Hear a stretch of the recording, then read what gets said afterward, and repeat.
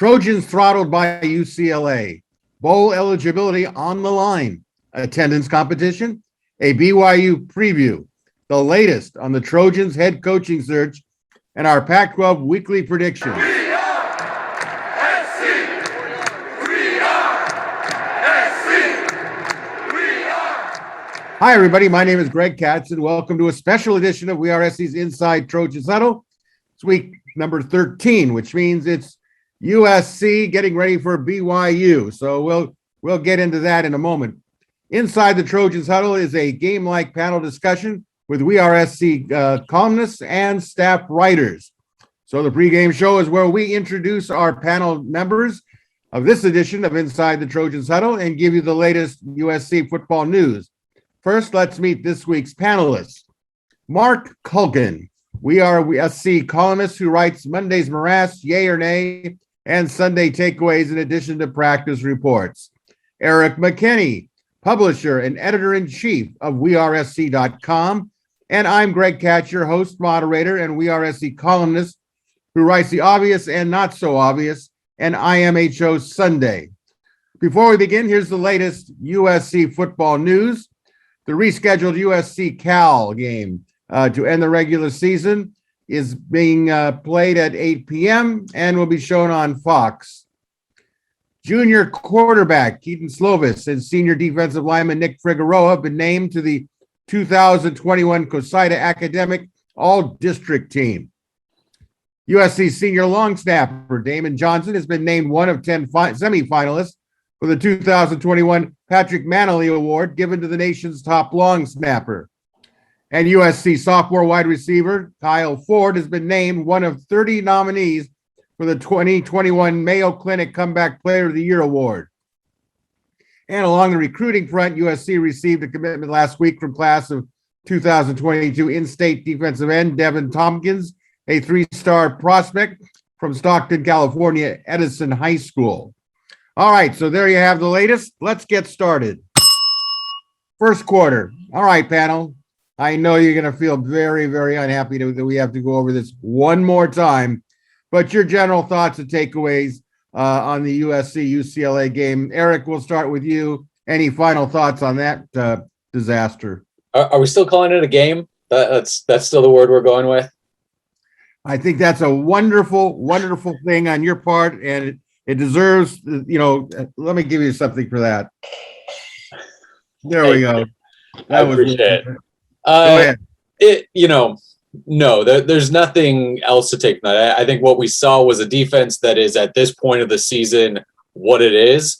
And I think we all kind of hit on it. And when we talked about it after the game was there's some flash there from Jackson Dart. And you're starting to see, okay, if we are really starting to turn the page on this season and look at what 2022 might bring, there are worse things than starting an offense with him potentially as your quarterback. There's still ways for him to go, and he certainly made his true freshman mistakes. But playing clearly not at 100% on that knee and being thrown in there now and having to go against a UCLA defense that could kind of do whatever it wanted because it knew that its offense was going to score every time it touched the ball. I think that was kind of asking a lot for him, and I think he played well. So again, you're not taking really any positives out of that game for this season. But when you have to start picking at things that, hey, maybe way down the line, you're seeing something from there. I think maybe you could find a few positives. Ultimately, though, this is just, you look back at the 2005 USC UCLA game, the way USC fans kind of talk about just how bad that UCLA team was and how bad the UCLA team was. That's certainly, I think, how a lot of people are looking at this. USC they had a chance to show up, got sort of what they needed early with the 2 interceptions, and then just that's the team that they've been of late, unable to capitalize on it, unable to kind of show the kind of emotion that you need to play well in that game. And really, it just was a culmination. I think at the end of it, I think all three of us are saying, I can't believe that this team has to go out there 2 more times and try to dig up whatever it can to show hopefully well in those next two. All right, Mark, what are your thoughts? Yeah, we're going to refer to that as the score that shall never be named again game. So I've told you, Greg, right after the game, the Coliseum scoreboard and big video board was cleared as quickly as USC's team cleared the field. Or as Casimir Allen ran back that kickoff return. There just wasn't a lot to take home from that game. Eric covered it. You know, you can talk about individual players who played well. Gary Bryant now has 2 games in a row where he can say that he's played very well against his crosstown rival. You know, it's amazing. You know, Eric touched on it. You have a defense that they actually showed up for the first couple of series, kind of flexed their muscle, took the ball away a couple times, and you know, when all of a sudden, you know, the offense's allergies show up again, and you know they can't capitalize. So it's just, you know, Brett Nealon said it as well as anybody after the game. You know, we just keep banging our head against the wall, and we're not getting a different result. So BYU's up next. Greg, what do you have to say? You know, I'm glad you asked, Mark, because I was about ready to chime in. As far as the game, it was kind of a joke. But, you know, audience is getting a little restless as we're coming to the end of the season, as you can tell.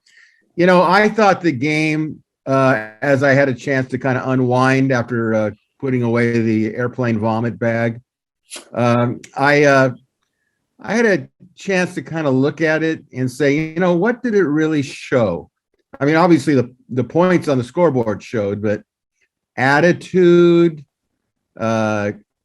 players' involvement, you know, this idea that UCLA came out and they were, you know, dressed to go in the warm-ups, and SC guys have their shirts off.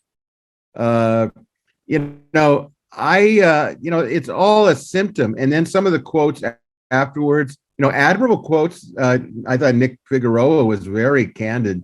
You know, he wants to be good. He wants the team to do well. He's looking forward to next year. But he kind of said between the lines, I don't think everybody on this team is where I'm at. And you know what? God bless him. You know, he is speaking like he's doing a little bit of an autopsy of his own teammates. I think it's a real problem in that clubhouse. I sense it, the quotes that come out, even, you know, Brett Nealon's a great kid. You know, he's a little undersized. You know, he takes a lot of punishment when people put the nose tackle right on his face and he's got to deal with it. But I don't question his effort. I question the effort of some others, but I'll tell you what I question. I question a lot of the coaching situations. And as I've said many times before, usually coaching is the last place I go because I was a coach for a long time. And I know that there's a lot that goes into it that I don't know. And I'm not at practices every single day. Even in the closed practices, you know, stuff goes on. But I will tell you that when I take a look at Drake Jackson, is he really ready to go to the NFL? I don't think so. He doesn't have enough proven work on it. I know he said before the season, I'm going to the NFL. Well, what does that tell you? What message does that send out, especially in hindsight? But then you see a guy like Drake London who says, I'm going to play in a bowl game no matter where we play or what it is. Now, there's a team player to me. I'm not saying Drake Jackson isn't a team player. I look at Corey Foreman. What kind of development did he have? They made him a movie star before he even played a game. It's pictures up there above the Galen Center. And I get that they're trying to drum up good, positive stuff and good for Corey Foreman. But, you know, when you go between the lines, you've got to do something. You've got to prove it. And I think that his best days probably were ahead. But I took away from this game all about attitude, direction. You know, I think the team has basically packed it in, not all of them, but many of them. And, you know, it's going to be a very difficult situation for the final 2 games. So let's move on to the second quarter. That's really kind of a good portion here. I want you to think in terms of context of what will it take the Trojans to win their final 2 games to be bowl eligible. And I'm going to add a little something for you guys. do you really think they should play in a bowl game? So with that in mind, I know, Mark, you probably got a lot of thoughts on this one. Have at it. Well, I've already, I've expressed my thoughts in my takeaways, yay or nay, or morass column. So it's going to take a miracle, I guess is the best way of putting it. Just if we want to piggyback off of what you saw, Greg, if the team isn't if the entire team, staff included, players, aren't putting forth 100% effort, you know what kind of result you're going to get. So you get home against BYU, and then they go on the road against Cal. So it's going to take a lot, especially if this, the roster continues to get depleted with injuries. How many of them can they play through, and how many of them are, hey, coach, I'm hurt, take me out of the season. Those types of things are going on in the locker room. We've talked about it enough. This team is ready to move on to next year. You hear the players talking about it now after the game. They're playing for next year. Well, when you're already looking ahead to next year, that means you're not really playing for this year, no matter how hard you try. So, yeah. And as far as playing in the bowl game, you want the extra practices. You've got the new coach coming in. You're going to need that evaluation period. So yeah, as much as reluctant as I would be to play the game, you need to play the game. All right. Well, Eric, do we need to play the game? I don't care about playing the game, but yeah, everything up until the game is really important. I think those extra practices that they would get, especially because most likely it would be in front of the new coach. He's going to have to make decisions on this roster with the transfer portal there. You can get so much turnover, so much roster turnover in one off season. And I think the new coach needs to know, hey, who's in it, who's sticking here, and who maybe would be better off going somewhere else. There's no better opportunity for him to get that look than in those bowl practices in December leading up to it. The outcome of the game, playing in the game, whatever, but being able to be together in that type of setting for the new coach, I think would be hugely beneficial, rather than needing to wait until winter conditioning or spring ball, or just kind of relying on film of maybe, what he could piece together, or talking to people here and what he could piece together that way. I think that would be big. That being said, winning these next two games, I think Mark hit it, miracle or just less than that. I mean, it's two teams that are going to do everything that UCLA did offensively and are capable of it with those running backs, with a couple capable quarterbacks. I think it's going to be really tough, because the USC defense, there are no answers. If there were answers, they would have found them. By now, it's just that it's going to get run out there again. You hope that things are better, but so far you just have not seen anything to make you think, oh, they're just a week away. At this point, the week away is just the week away from the end of the season. So again, I think there's going to be there'll be guys for USC that go out and absolutely give it their all and go 100%. If again it's Jackson Dart, you've got kind of another week with him sort of as the leader for the offense and getting settled in there. I don't think BYU and Cal are these completely unbeatable teams, but so far everyone's looked pretty unbeatable when they're going up against the USC defense of late. Well, I'll tell you what, they're redefining what fight on means to me. I don't see this team fighting on and living up to at least forget about the scoreboard, living up to the motto of "we don't give up." And that alarms me. Why would I go to work if I'm not going to get paid? Why do I want to play in a game if I'm not going to put out? Well, the players that put out should be on the field. Otherwise, the other players don't be on the field. Now, I have a contrary viewpoint of a couple of things that were said here. First of all, how should I put this? I think the new coach is going to be named soon, but we'll get into that a little bit later. I don't see the value personally of bowl practices for this group because I think that you can get so much off of film. These players that may come back or coming back, how can you be talking about next year? You know what? This whole idea of, oh, look at all the players that are coming back next year is one of the biggest farces ever. Look at, if you're a lousy team and you're bringing back lousy players that have bad attitudes, what is 6 or 7 months going to do? Now, that being said, I think the new coach will become familiar with it and probably watching the games. If that person already knows they're going to get the job, they may not be watching it live because they're already coaching in their own games. But I think for the most part, I think that BYU has a lot to play for. They're number 13 in the country. They have big bowl thoughts. And of course, their head coach is now the subject of head coaching rumors to other places, USC included as a dark horse.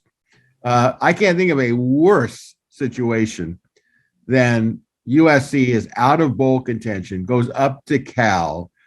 Cal may or may not be in contention. They're going to play at UCLA, and that's going to be a tough one. But let's assume that Cal isn't bowl eligible.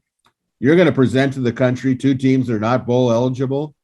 Now, the only positive could come of this is that SC names their head coach and they splatter it on national TV. But then again, we're starting at 8:00 on the West Coast. That's 11 o'clock on the East Coast. How many people are going to stay up for that? I guess if you can't get to sleep, you'll turn it on. But I don't. I have no compassion about not getting in a bowl game. I don't think this team deserves to go to a bowl game. That doesn't mean the players that you have mentioned, some of them, Gary Bryant Jr., I think Dart, I think some played very hard under difficult circumstances, and I think they probably deserve to go. But, it's a team game. It's not an individual sport. You can't set the individual guys, okay, Jackson, you can go play in the SoFi Bowl, the Jimmy Kimmel Bowl, and we'll be happy with that. So this actually takes us to another question. So let's get into our halftime. The attendance competition. I'm putting you guys right on the spot here, and don't homer me out. Your thoughts on which Saturday night game will draw the most fans? Will it be Cal at UCLA, or will it be BYU at USC? Eric, step aside of the landmines there. It's all yours. I mean, with those, I'll pick USC because of the 4 teams, my guess is that there's probably the most BYU fans that show up of the 4. I do want to say I'm curious if a lot of the attendance digs for SC UCLA came with early shots of it, because it looked empty early, but I got to say it filled in, and around second quarter when we looked up, it was kind of surprising how many people were there, considering we'd been watching home games almost all season at the Coliseum that looked easily half empty. But that one was one. Eric, let me ask you a question. Seriously. It was not a sellout. No. Was there 68,000 in the Coliseum? No, that I would assume that was inflated, but clearly more than we'd seen lately. Again, I'm not saying that was a sellout. And if we're pivoting back to this one, I don't expect very many people there on Saturday night after Thanksgiving at 7:30 at night. Maybe a lot of people have family in to town and they put that together as an outing. But like I said, I'd assume SC BYU supported a bit by BYU fans coming to the Coliseum. So are you saying that BYU SC is going to draw more people?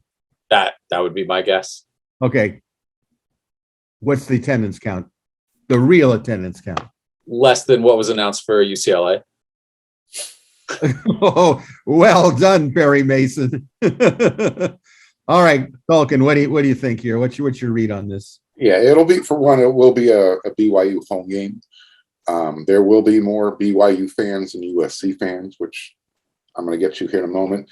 But I would say there was probably a total of 60,000 at the high end point of the USC game against UCLA. Eric, yeah, maybe 60,000. Fair? Sure. Okay. So which would be by far the largest crowd the Coliseum has seen all season. So kudos. But back to this week's game. It'll definitely BYU, USC will have the larger attendance because BYU actually, they travel well. They have a large culture that follows them around the country. So they are going to fill some seats in there. What sucks about that is that this is the last home game of the year, which makes it senior night, which means you're going to have a lot of players who have gone through a lot of crap these last 2 years. Didn't really get a senior year last year. Who are going to be, as Jake Lichtenstein put it after the game against UCLA, look around, nobody's out here supporting us. It's us against the world. So, not to throw any Jewish guilt out there, but it is the last game of the year, and you've got some seniors who aren't going to be around next year. So maybe a little Trojan family can spill out there on Saturday. You had to pull out the kosher card. You got to go somewhere, man. We are at rock bottom. You got to go somewhere. I'd rather go to Canner's, but that's just my personal opinion, if not the Philadelphia. Their service has gotten even worse than it's ever been. So, and that will actually have to be a program unto itself in the off season. There you go. Well, I'll tell you what, I think that BYU traditionally brings people. Whether it's basketball or it's football, they are a close-knit group. And I think it's going to like to be a Notre Dame game in the Coliseum. There's going to be a lot of people rooting for BYU. I don't buy this thing. It really annoys me, actually, when I hear players for the Trojans saying it's us against the world. Dudes, you put yourself in this position along with your coaching staff. You are not victims of anything. You had a chance to make it straight on the field, between the lines, on national TV almost every week, and it hasn't happened. Wish it would have happened, but it didn't happen. You're not victims, and you got to get that out of your mind, in my opinion. You want to do something about it, go out and do something about it, okay? We have yet to see that. So I'm going to say that there'll be 60,000, okay? And I think that 30,000 of it will be BYU fans. They will stay to the end. I don't really know if BYU is capable of putting on 62 points on the scoreboard, to be honest with you. But they're capable of being physical. SC's offense, we'll talk about that later. But, Cal and UCLA is a rivalry. UCLA fans are probably up for it after the big rise after the last week. But I don't think that they go to a game after the SC UCLA game. It's kind of a letdown. They probably already turned to basketball. So we'll let them have their hoops happiness. There we go. So since we're talking about BYU, we'll head right into the third quarter. Mark, what's going to happen on Saturday night at 7:30? We're going to play a football game. BYU will eventually win, and USC will be officially ruled out of the bowl game. Okay. I don't know how high scoring, low scoring, no scoring. Doesn't matter. I'm sorry. I'm not trying to be flippant, but at this point, you don't know what to expect with this team. You would think scoring 33 points would be enough to keep your team competitive, but when you end up giving up 62 points, you've got no defense. You've got special teams that plays fairly decent for the all season. And at the most crucial point of the game where the crowd's into it, there's some energy in the Coliseum, the team's getting into it, special teams, gives up a kickoff return for 100 yards, and all of a sudden, game over. So I don't know what to anticipate with this team. Again, why even go into formalities that this is what's going to happen? I anticipate USC coming out, trying hard, putting forth an effort, BYU eventually wearing us down and walking out of the gate, out of the Coliseum with a victory by 20 points. And they will be the last team to score 40 plus points on USC in the Coliseum. How's that? So you think they will score 40 points or more? Yes. Okay. They won't score 60, but they will score 40. Well, that could be disappointing for some people, but 40 points is a lot of points. Eric? Has that ever happened before, though, for all those historians out there? Has a USC football team ever given up 40 points on every home game, save for the one against San Jose State? Well, Arizona, they only gave up 34. So don't nitpick this, all right, Eric? It was a USC record 3 40-point games in the Coliseum allowed in a row. Arizona just ran out of time if Dante was to put it in a context. So. Oh, well done. Ran out of time. That's a good one. All right, Eric, what do you think? I think ultimately that's it, right? BYU is bringing a 1,300-yard rusher into this one. I mean, if they want to give him, 25, 30 carries, that's going to be really difficult for USC to do anything against. I don't think that, the USC offense or Jackson Dart or, if Keontae Ingram is fully healthy to play, those are questions that have to be answered kind of this week. But ultimately it comes down to USC can't score as many points as the opponents are scoring against the defense this year. And I would not expect that to change against a BYU offense that is pretty good. BYU's defense is better than UCLA's defense. Let's just start there. I think that's probably true. And whatever maybe USC had in the tank to get up for against UCLA, that's gonna be tough to rebound emotionally from that. Put it together against BYU again. It's not fun to be out here kind of every week for us, kind of talking about this and doing it. I can't imagine sort of living it on the field and having to get your mind right and go through that. So no, I don't see any way for USC to kind of pick up the pieces and put it together against BYU. Because again, we would have seen it 6 weeks ago. We would have seen it 7 weeks ago.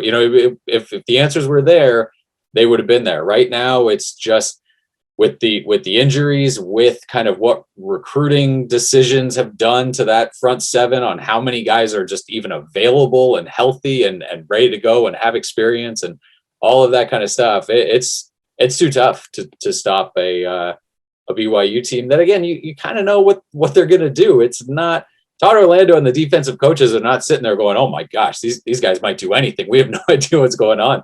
I mean, that's kind of just where you are as a team right now, where you can even know what's coming and still can't get out there and physically do anything to stop it. And so that's kind of, again, if there's a hot start, like Mark said, if they can kind of get out there early, at this point, you just can't expect that to go for 60 minutes for USC. At some point, they're going to get punched and they're not going to have the response to be able to stay on top. Well, that's kind of how I'm looking at it. It's in the UCLA game, Thompson Robinson, 2 interceptions early. They don't convert it for touchdowns. With this team, if you don't do that, you're in some serious trouble. If not, then down the line.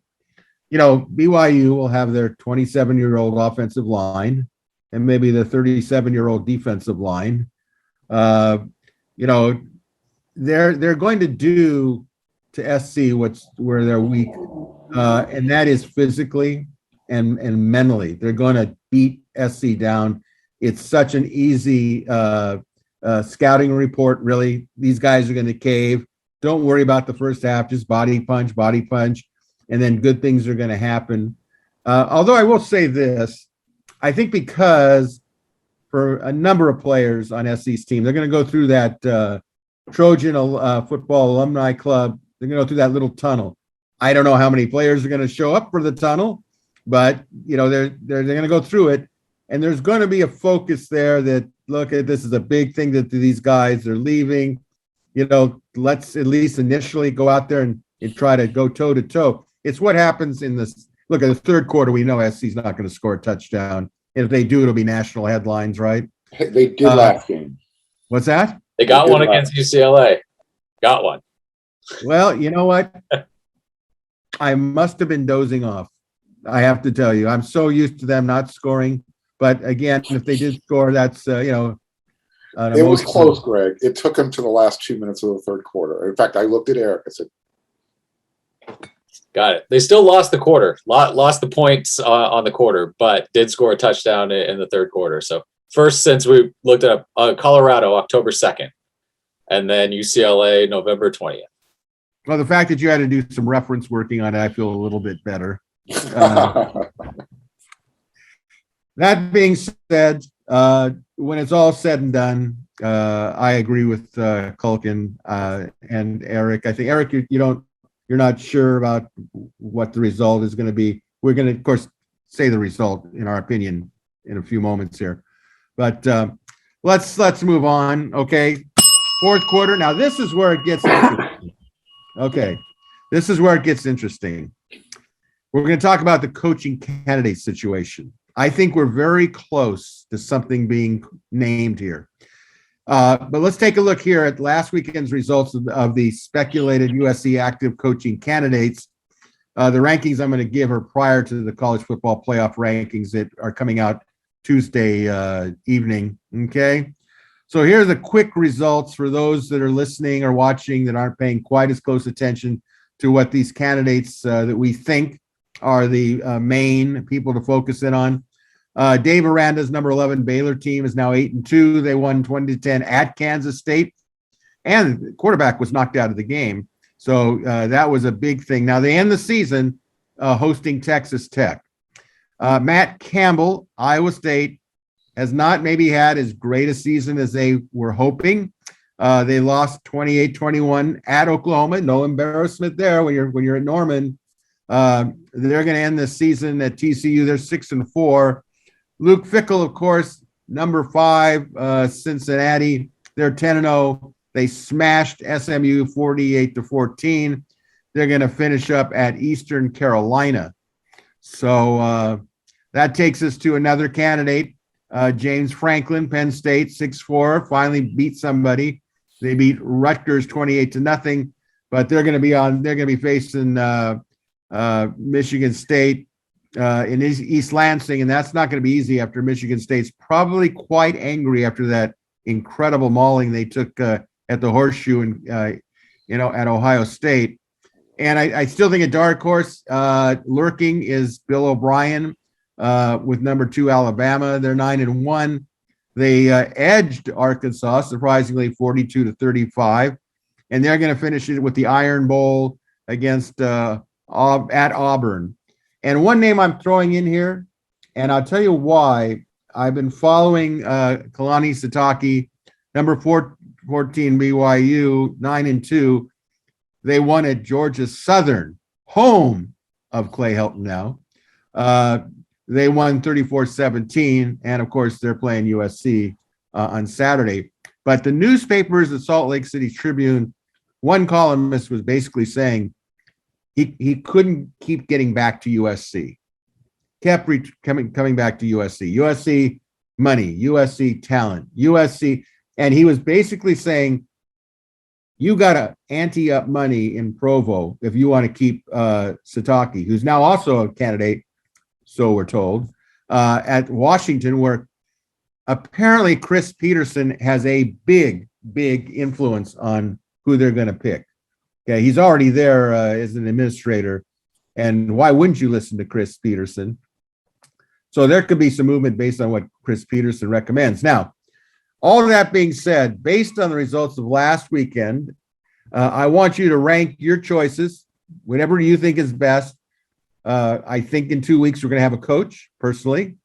So, Mark, I know you think you have a little bit of news, so drop it on us. I got no news. No, a lot of, innuendo and speculation is out there that, Greg, you've already touched on it, that USC is going to announce their coach in the next couple of weeks.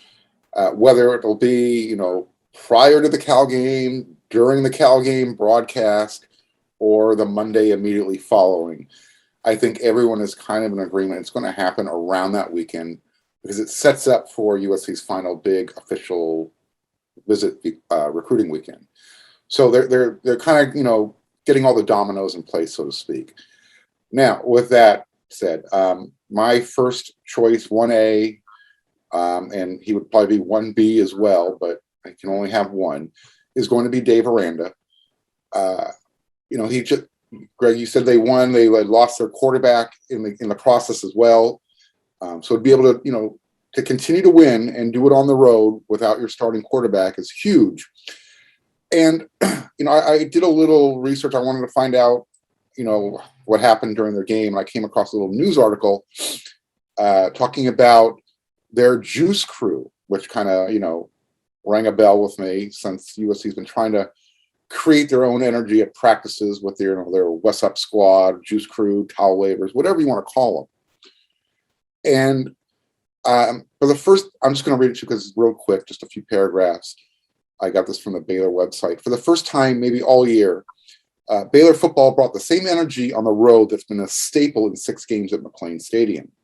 Crediting the juice crew that included freshman Jaden Maronin, Josh Cameron, Tate Williams, and Braden Strauss, junior linebacker Dylan Doyle said, quote, "When you compare Saturday's 20-10 victory at Kansas State to our loss 2 weeks ago, 30-28 at TCU, I think you saw a lot of energy," end quote. "We brought the juice crew this week," he said. "Those guys are really energetic on the sidelines, and I hope you guys saw that. It was a blast. We just had a lot of fun today." Second-year head coach Dave Aranda said, "It was just a failure on me not seeing how important energy was. From the very beginning, it's been a staple for us. Our sidelines have generally brought energy when we're at home," Aranda said. "When you look at the TCU game, our sidelines is just really dead, and their sideline is alive. By the second or third quarter, our sidelines came alive with some coaxing or whatever. I failed in that area. From the very beginning, we were going to win the sidelines in Manhattan. I appreciate the juice crew." So the guy just keeps learning and developing as the season goes on. After a loss, he figured out, hey, you know what? We're on the road. What was missing? Energy. So yeah, it's manufactured, and I've kind of picked on that because it seems forced when USC's been doing it. But when you've got guys who are designated to do it on the road, picking up freshmen, hey, you guys aren't going to play, but you can contribute this year, and this is how. That's the type of culture you want being built at USC. So again, he's my number one guy. You know, that's just one of those little anecdotal things that you can talk about and go, oh, wow, yeah, it's a strong candidate. Matt Campbell, another strong candidate. You know, it's almost like I'd be let down if he was the next head coach. But I think I would be really happy with that. James Franklin, you know, thank you for saying you're staying in Happy Valley. Took a lot of pressure off of Mike Bowen and Brandon Sosna, so they don't have to consider you anymore. That you touched on that Alabama Arkansas game. You know, if Bill O'Brien becomes that dark horse, I hope he takes that fake punt play that Arkansas ran against Alabama and brings it to USC. That was pure brilliance. And, you know, for whatever reason, USC is just, you know, they don't like to run trick plays. I don't know why, but you got nothing to lose this year. So whomever is the next head coach, it's okay. Color outside the lines. All right, Eric, what's your sense? What's your pulse of the whole deal now? Yeah, I need 3 on my list, and it's Aranda, Campbell, and Fickle. Those are kind of the 3 that if any of those 3 are standing there at an SC Polo giving their introductory press conference, I'm pretty happy with the way the search went and the trajectory for this. I think there's ways to split hairs and there's ways to kind of stack them up. This guy. You know, Fickle being at Cincinnati, yeah, he's got them ranked where they are. I think there is something to the but of people win at Cincinnati. That's a place that has produced coaches, and there's clearly a way there that's set up before these guys get there on how to win. And when you're talking about that, that's what kind of steers me towards Matt Campbell a little bit, is that Iowa State is just an impossible place to win. And for him to be able to kind of establish that and then keep it going year in and year out. Yeah, they're not in the playoff. They're not winning 10 games every year, but that's a place where you should go, 2-10 every 4 or 5 years. And the fact that he's not doing that, I really appreciate that he's able to kind of build a program, establish a culture, and then keep it going. Dave Aranda, I love the fact that he was able to kind of catch them last year and have them here. I would love even more if we could see what he did next year at Baylor, kind of riding on this successful year. How does he carry that into the offseason and now kind of work as being, I guess, the hunted maybe next year? I think that gives you kind of another data point for him.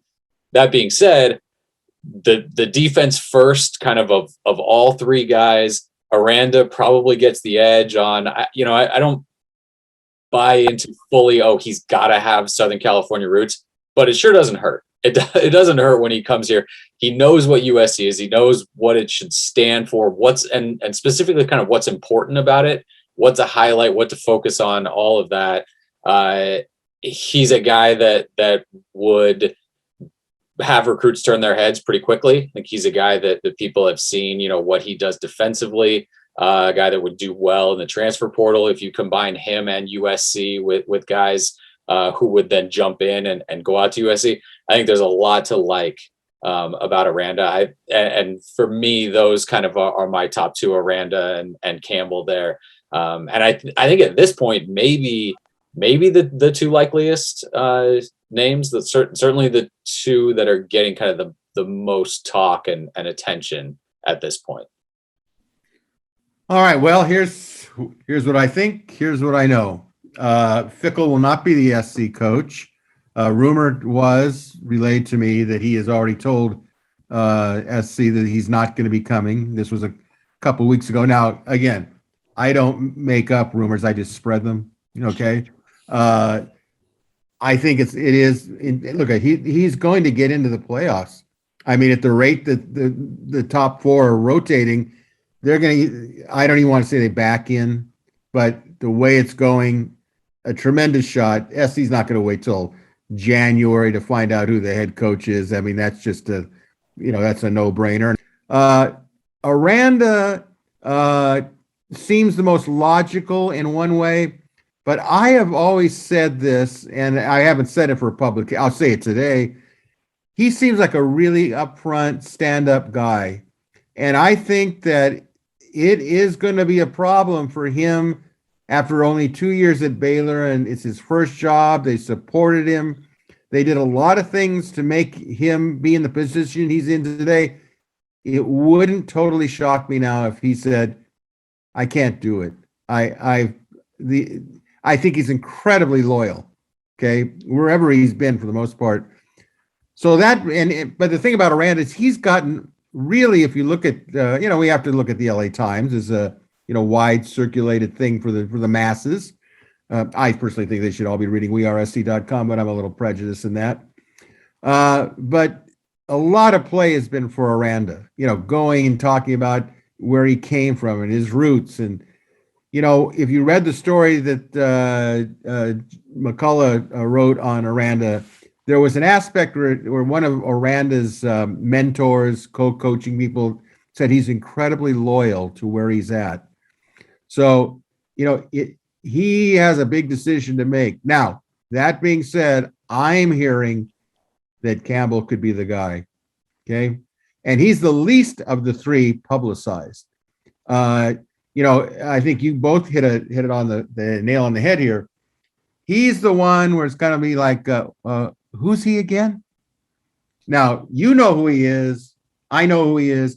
I don't think the general public in Southern California really, at this point, all they hear is Fickle. All they hear is Aranda. But, Matt Campbell could be the guy coming in. He's got a family, but they're not quite. The thing about Campbell that I like, well, first of all three of them are defensive guys, so I like that to begin with. And Brock Hewitt, who I actually have a lot of respect for, on national TV did say 100% it has to be a defensive guy. 100%. So we're going to get our wish, I think. But Campbell's father is also a very successful high school football coach in Ohio. I think he's up in the Massillon area. I think that's what I had read. And, there's something about coaches' sons. Of course, we have to say there's exceptions to the rule with Clay Helton, of course. But by and large, coaches' sons are generally pretty sharp cookies. They know what they're doing. Campbell had a buzz this weekend when he said, "I'm not into whether we win the Big 12. I'm into how good we can be for who we are," which I think could be misinterpreted by a lot of people, and I can understand the firestorm that created. Here's what I do know. Of course, do I really know? But here's what I do know. We're going to finish the regular season for most teams except for Cal and USC, and then you're gonna have the conference championships. Campbell's not going to be in the conference championship. Chances are Aranda's not going to be in the conference championship. Could be, but outside chance. Fickle, who knows? He could be going on until 2022. I think when it's all said and done, I think after they announce the bowls where people are going, SC's going to make that shot, and I think they're going to do it. If they're going to be bold about it, they do it before the bowl announcements are made, so they can get the maximum publicity. They'll leak it on a Friday. The game will be played on national TV on Saturday, so now they got double buzz. And then they'll schedule a press conference for Monday or Tuesday. The season will be over for let's just say for hypotheticals. Matt Campbell, they are bowl eligible. Iowa State. Okay, they are bowl eligible, but I don't think that's going to be an issue. So we're getting to the nitty gritty, and it's going to be very exciting, in my opinion. Now, excitement is when we go into overtime. Excitement is our predictions, which I know that all of the listeners and viewers are just waiting so they can go out and make a bet. So we're going to start off with Friday, November 26th. By the way, we wish everybody a happy Thanksgiving. Okay, hope you get all the turkey you can eat and all the stuffing you can handle. So let's start off here with Colorado at number 23, Utah, 1 p.m. game on Fox. Utah is favored by 24 points. Mark, what do you think? Yeah, I think Utah is riding that red wave. Huge, big smack of Oregon. They're going to do the same to Colorado and find themselves, probably resting most of their players in the second half so they can be ready for the next game. Which would be? I don't know. Who do they play? The next game after this one? Yeah. I think it'd be the Pac-12 championship, wouldn't it? There you go. But like I said, who do they play? Well, I'll reserve comment for that in a moment. Yeah, they'll be resting their players in the second half by the time this thing's over. Eric, what do you think? Colorado at 23, Utah.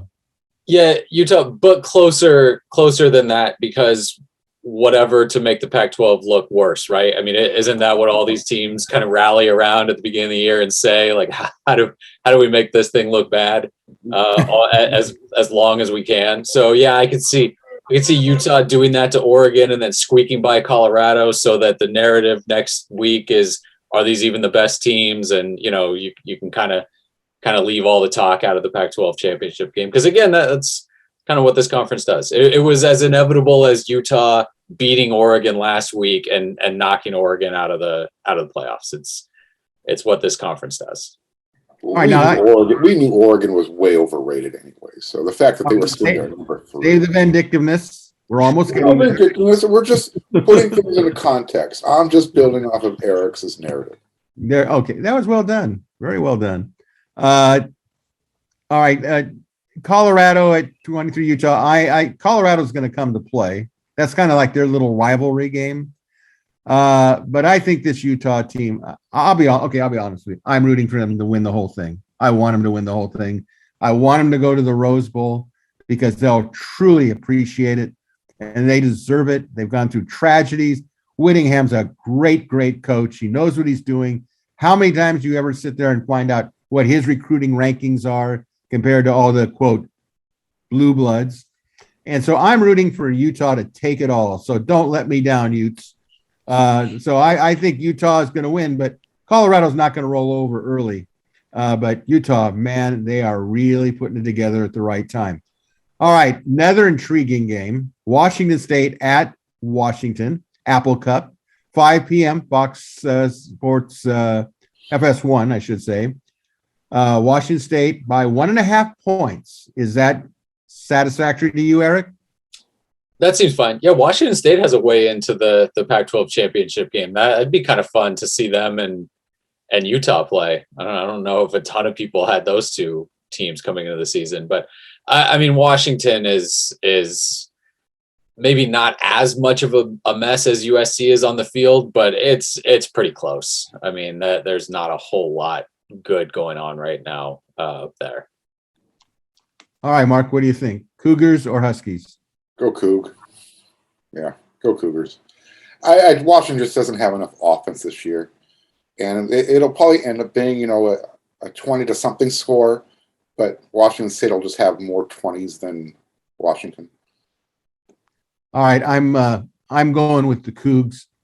I think the most absurd thing that could happen in this conference is a team whose coach doesn't even last the season, aka Clay Helton, wins it and would be a threat to win it all. You say we'd have to have a whole new formula of how we evaluate coaches. We don't need a head coach. If you want to get rid of them, look at Washington State. That's going to be the new thing, Washington State. And what is the rest of the nation going to say if Washington State's in the Pac-12 championship game or even wins it without a head coach? I know one thing, if they win it, the guy who's the interim head coach, they don't give him a contract. There's something rotten in Pullman. So I'm going to take Washington State because I just think they're another feel-good story. And I think that if Jaden DeLorean's on and they may be leavers out of me, they're pretty tough. All right, let's move on to Saturday, November 27th. Big game. Oregon State at number 3, Oregon, 12:30 p.m. ESPN. Oregon by 7, say the odds makers. Mark, do you think those odds makers are odd or are they right on the nose? Yeah, they're probably right on the nose. Is this game in Eugene? I'm sorry. Did you? Yes, it's correct. It's in Eugene. Yeah, I guess Oregon will bounce back, and they'll squeak one out. But who knows? This conference, it is a joke. You guys have touched on it. Everybody's laughing across the country. Yeah. What are they calling the game this year? It's not the Civil War anymore, right? Eric, what are they calling it? To be politically correct? Yeah, the no name game. It is. It's right now. I think the thought is to look for a permanent kind of name to call it, but I'm going to go with Oregon nonetheless in a very close game. Okay. And you, editor-in-chief and publisher of WeAreSC.com? Yeah, I'm picking Oregon State because I'd rather be wrong picking Oregon State than be right picking Oregon. So that's fine. I think Oregon State is a team that I enjoy playing. BJ Bailey, that running back, is fun. USC fans got a little bit of Keontae Ingram this year where it was okay, that kind of maybe not, the traditional USC tailback out of the power I and that kind of thing, but having that one big back that you can rely on and is going to show up. And I like those guys. BJ Baylor kind of came out of nowhere as a recruit. And he's a guy that's fun to watch, and Jonathan Smith too. And all those guys at Oregon State. Okay, well, I'll tell you what. This could be a bad weekend in Eugene. I'll tell you why. If Oregon State upsets them with the opening in Florida, Cristobal, let's say Oregon State beats Oregon, I could see Cristobal saying, well, I can't be any hotter than I was.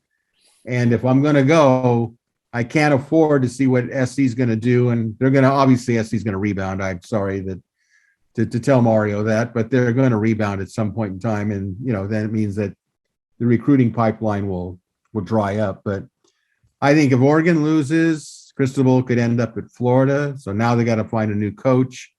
It's going to, all hell could break out in Eugene, which I know wherever you are, Chris Arledge, this is your ultimate beautiful dream.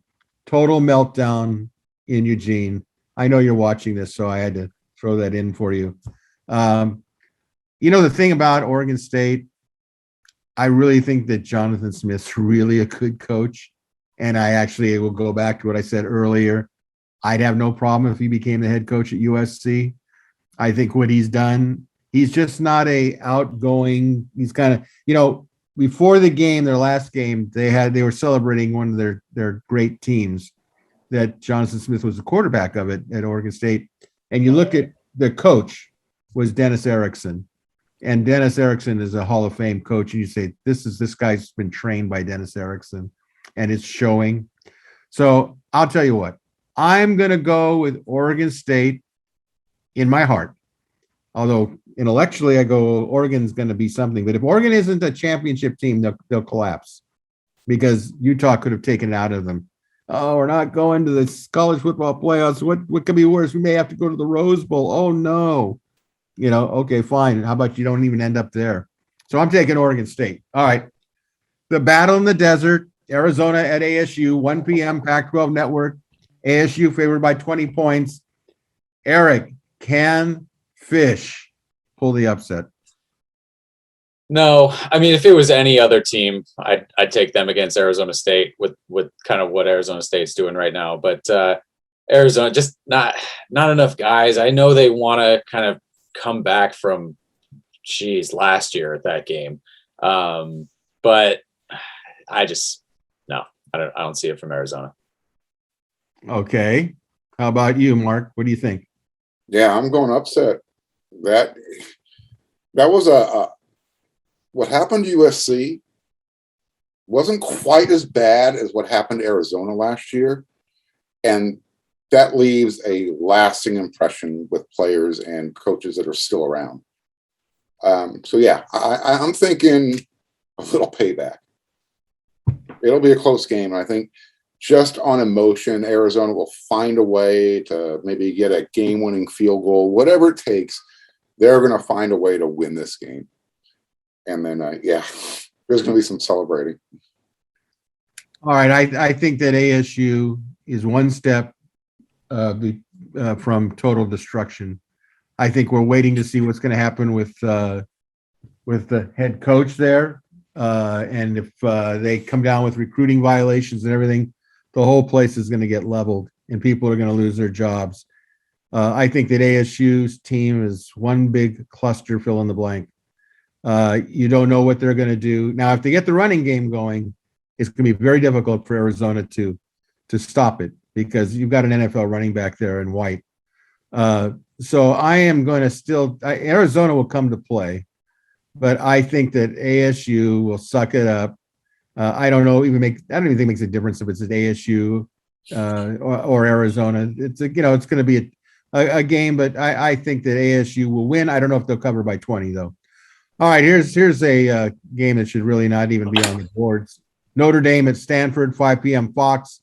Notre Dame by 17 points. Mark, is it going to be more or less? 17? It's going to be more. It's going to be more.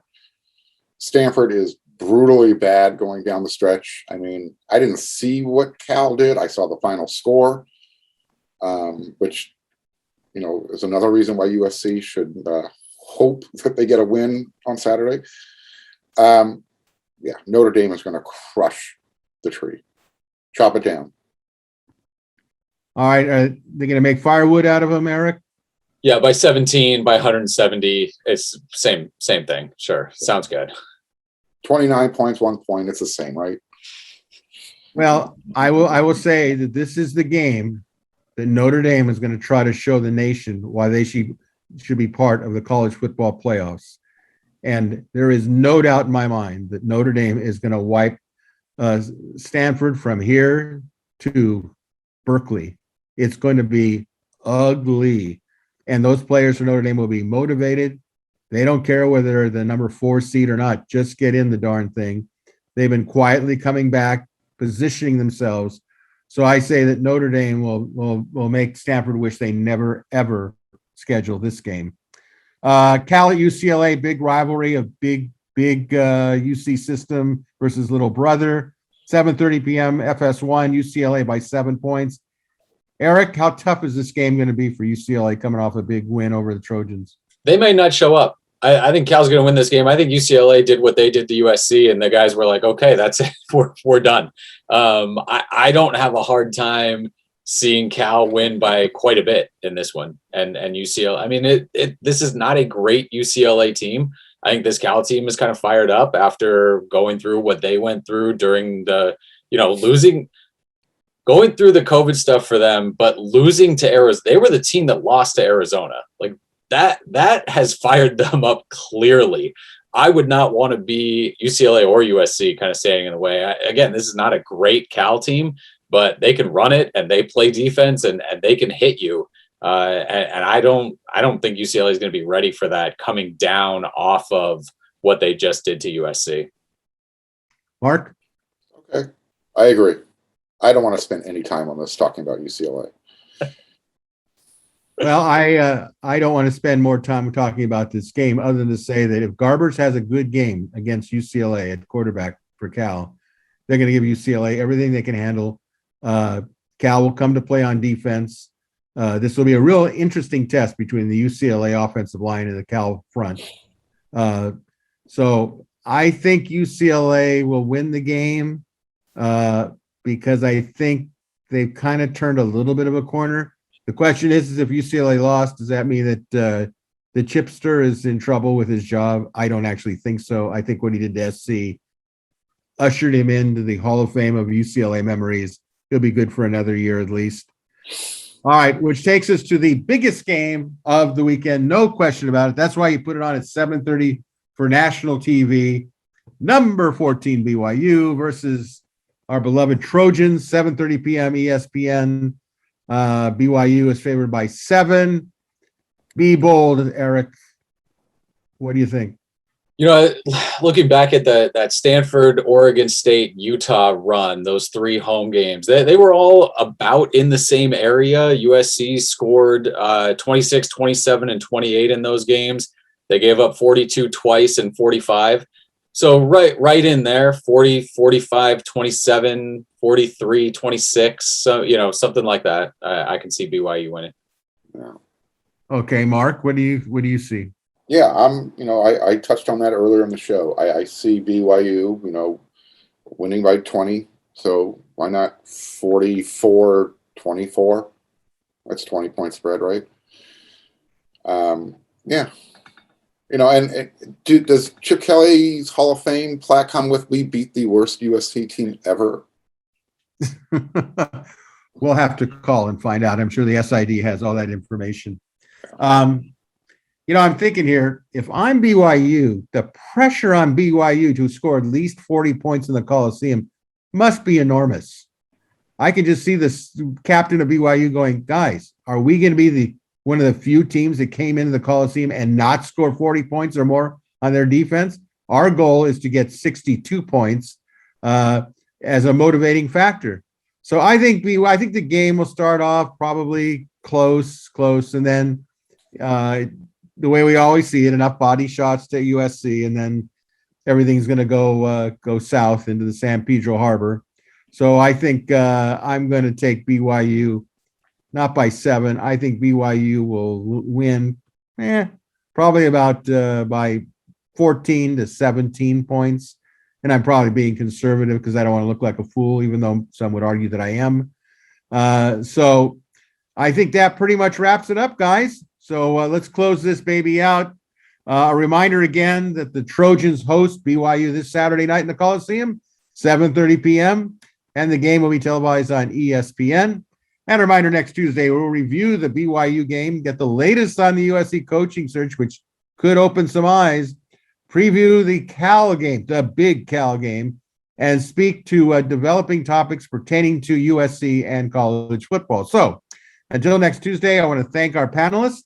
Thank to our On3 technician, Jake Evans, and we thank all of you for watching or listening to Inside the Trojans Huddle. Have a really great Thanksgiving. And until then, fight on, everybody.